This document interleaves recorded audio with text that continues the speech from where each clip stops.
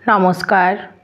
কবি বিমল সরকারের লেখা মহাভারতের মহাসাগরে বইটি থেকে আমার পছন্দের কিছু কিছু অংশ আমি পাঠ করে শোনাব। আজ পাঠ করে শোনাব অভিশপ্ত পাণ্ডু। মহারাজ পাণ্ডু তার বাহুবলে বহু দেশের শাসকদের হস্তিনাপুরের বশীভূত করে পর্যাপ্ত ধন রত্নাদি নিয়ে এসে জ্যেষ্ঠ ভ্রাতা ধৃতরাষ্ট্রের হাতে সমস্ত সম্পদ এমনকি হস্তিনাপুরীর সিংহাসনের অধিকার ছেড়ে দিয়ে বনে চলে এসেছেন। বনে বসে তপস্যা করার জন্য তিনি আসেননি, এসেছেন বন বিহার ও মৃগয়া করে দিনাতিপাত করতে। তার সঙ্গে আছেন পরমা সুন্দরী দুই পত্নী কুন্তী ও মাদ্রী, আছে অগণিত অনুচর ও রাজসুখে দিন কাটানোর মতো পর্যাপ্ত নিত্য প্রয়োজনীয় সামগ্রী। কোনো কিছুর অভাব হলে রাজ অনুচররা সেই সব উপকরণ রাজধানী থেকে নিয়ে আসে। রাজা পাণ্ডু বনের মধ্যে যেখানেই শিবির ফেলেন, নিমেষে সেই জায়গাটা হস্তিনাপুরীর রূপ নেয়। মৃগয়া পাণ্ডুর এক সর্বনেশে নেশা। দিনের বেলায় পত্নীদের শিবিরে রেখে অনুচরদের নিয়ে তিনি গহন বনের মধ্যে কখনো পর্বতকন্দরে, আবার কখনো বা ঘন ঘোর শালবনের মধ্যে মৃগ ও অন্যান্য হিংস্র পশুর খোঁজে ঘুরে ঘুরে কাটান। কালান্তক পাণ্ডুর বাণের আঘাত থেকে প্রাণে বাঁচার তাগিদে বাঘ, সিংহ, হাতি, বরাহ, শূকর, ভল্লুক ইত্যাদি হিংস্র জন্তু জানোয়ার ঘোর গর্জনে বনের গভীরে পালিয়ে যায়। অভাগা মৃগমৃগীরা তাদের লম্বা শিংয়ের জন্যে লতায় পাতায় জড়িয়ে মাঝপথে থমকে গিয়ে রাজার তীরের শিকার হয়ে মারা যায়। এইভাবে দিনগুলো ভালোই কাটছিল। হঠাৎ একদিন রাজা শিকারে বেরিয়ে একটি মৃগকে মৃগীর সঙ্গে রমণে লিপ্ত দেখে মতি স্থির রাখতে না পেরে রমণরত মৃগটিকে 5টি বাণে বিদ্ধ করলেন। মৃগটি ছিল এক ঋষির পুত্র। ঋষিতনয় ভার্যার সহিত মৃগরূপ পরিগ্রহ করিয়া পরম সুখে রমণ করছিলেন। মহান কুরুবংশের সন্তান, নানান শাস্ত্র বিশারদ পাণ্ডুর একবারও মনে হলো না কোনো রমণরত জীবকেই আঘাত করা উচিত নয়। বিবিধ নির্বন্ধে হতবুদ্ধি হলেন দেশের রাজা স্বয়ং। পাণ্ডুর বাণের আঘাতে রমণরত মৃগরূপধারী ঋষি যন্ত্রণায় কাতর হয়ে মৃগীর পিঠ থেকে মাটিতে পড়ে গিয়ে পাণ্ডুকে বললেন, রমণকালে মূর্খ দুরাচারও তার পরম শত্রুকেও বধ করে না। তুমি একজন ধার্মিক ও পণ্ডিত হয়ে সেই কুকর্মটাই করলে পাণ্ডুরাজ। উত্তরে পাণ্ডু বললেন, অগস্ত্যমুনির বিধানে মৃগের চর্বি দিয়ে হোম করার বিধি নির্দিষ্ট আছে। দেবতা, ঋষি ও ক্ষত্রিয়াদি সকলের ভক্ষ হিসাবে মৃগবধ করাও অন্যায় নয়। রাজাদিগের শত্রু বধ যেমন কর্তব্য, মৃগবধও সেরূপ কর্তব্য। কাজেই তুমি আমাকে অযথা দোষারোপ করো না। রাজার কথার উত্তরে মৃগ তার আসল রূপ ধারণ করে বললেন, মৃগ বধ করা যে ক্ষত্রিয়ের ধর্ম সেটা আমি জানি, কিন্তু রতিশাস্ত্র জ্ঞান সম্পন্ন কুরুকুলোদ্ভব পাণ্ডু, তোমার এটাও জানা আছে নিশ্চয়ই যে রমণকালে কাউকে আঘাত করা মহাপাপ। যন্ত্রণাকাতর ঋষিপুত্র আবার বললেন, আমি তপনিষ্ঠ, ফলমূলাহারী, অরণ্যবাসী, নিরপরাধ মুনি। আমার নাম কিন্দম। লোকলজ্জার ভয়ে মৃগরূপ ধারণ করে আমি গহন বনের মধ্যে এই মৃগীতে আসক্ত হইয়াছিলাম। রমণক্রিয়া শেষ না হওয়া পর্যন্ত তুমি অপেক্ষা করতে পারতে। রাজা পাণ্ডু, তোমার কাছে আমি জানতে চাই যে কোন ভদ্রলোক অসময়ে ইন্দ্রিয়াসক্ত মৃগকে বধ করিয়াছে। আমাকে মেরে তুমি কি অন্যায় করনি? মহারাজ পাণ্ডু মুনির প্রশ্নের কোনো উত্তর দিতে পারলেন না।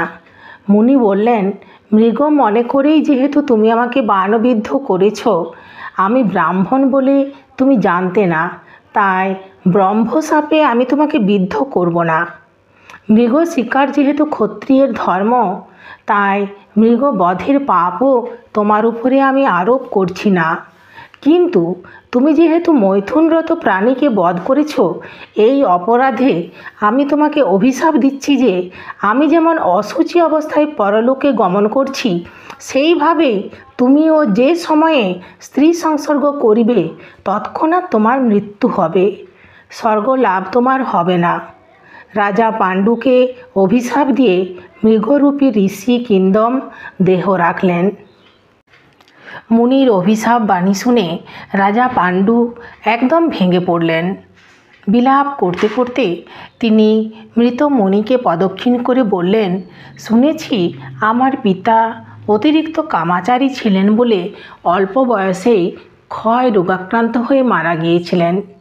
ভগবান কৃষ্ণদ্বৈপায়ন সেই কামাত্মা নরপতির ক্ষেত্রে আমাকে জন্ম দিয়েছেন বলেই বুঝি আমার এই গতি হলো।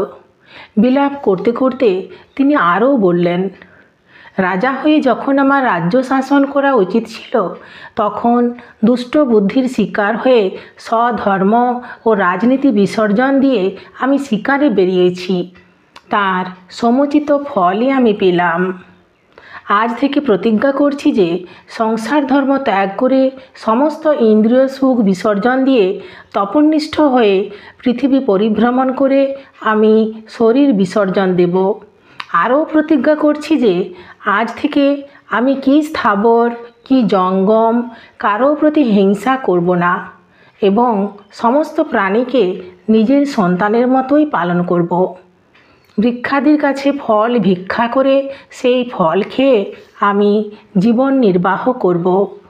তারা ভিক্ষা না দিলে দিনান্তে 5-10 জনের ঘরে ভিক্ষা করে সেই ভিক্ষান্নে আমি জীবন নির্বাহ করব। বিলাপ করতে করতে মহারাজ পাণ্ডু অনুচরদের এবং 2 পত্নী কুন্তী ও মাদ্রীকে হস্তিনাপুরে ফিরে যেতে বললেন। কুন্তী মাদ্রীকে তিনি বললেন, হস্তিনাপুরে ফিরে গিয়ে তোমরা জ্যেষ্ঠ তাত ভীষ্ম, মাতা অম্বালিকা, পিতামহী সত্যবতী, অন্ধরাজ ধৃতরাষ্ট্র, ভাই বিদুর ইত্যাদি সকলকেই এই ঘটনা আনুপূর্বিক বর্ণনা করে শোনাবে।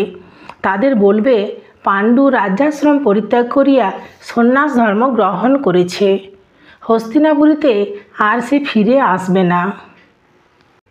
রাজার কথায় উতলা হয়ে কুন্তী দেবী ও মাদ্রী দেবী বললেন, অনুচরদের তুমি হস্তিনাপুরে ফিরে যাওয়ার আদেশ দিচ্ছ, সেটা আমরা মেনে নিচ্ছি, কিন্তু আমরা দুজনে তোমাকে ছেড়ে কোথায় যাব? তোমাকে ছেড়ে সংসারে থেকেই বা আমাদের কী লাভ? আমরাও রাজ সুখৈশ্বর্য বিসর্জন দিয়ে ফল মূলাহারি হয়ে তোমার সঙ্গেই বনে বনে ঘুরে বেড়াবো।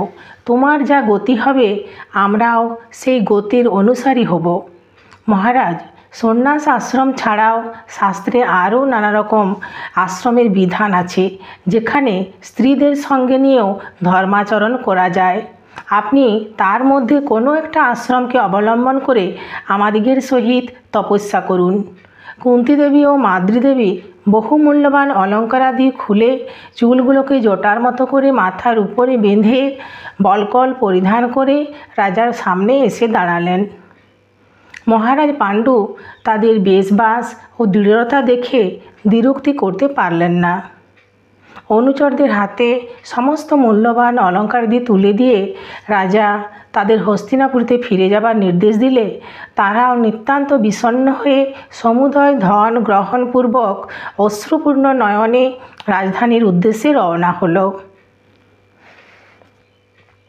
অনুচররা হস্তিনাপুরীতে ফিরে এসে জ্যেষ্ঠ তাত ভীষ্মসহ সমস্ত বিশিষ্ট জনদের সবিস্তারে পাণ্ডুর ইতিহাস বললেন। অনুচরদের মুখে সেই খবর শুনে নগরীতে কান্নার রোল উঠল। অতি প্রিয় পাণ্ডু আর তাদের মধ্যে ফিরে আসবেন না, সেটা কিছুতেই তারা মেনে নিতে পারলেন না। অন্ধ ধৃতরাষ্ট্র আহার বিহার শয়ন প্রভৃতি সমুদয় সুখ ত্যাগ করে গভীর চিন্তায় মগ্ন রইলেন।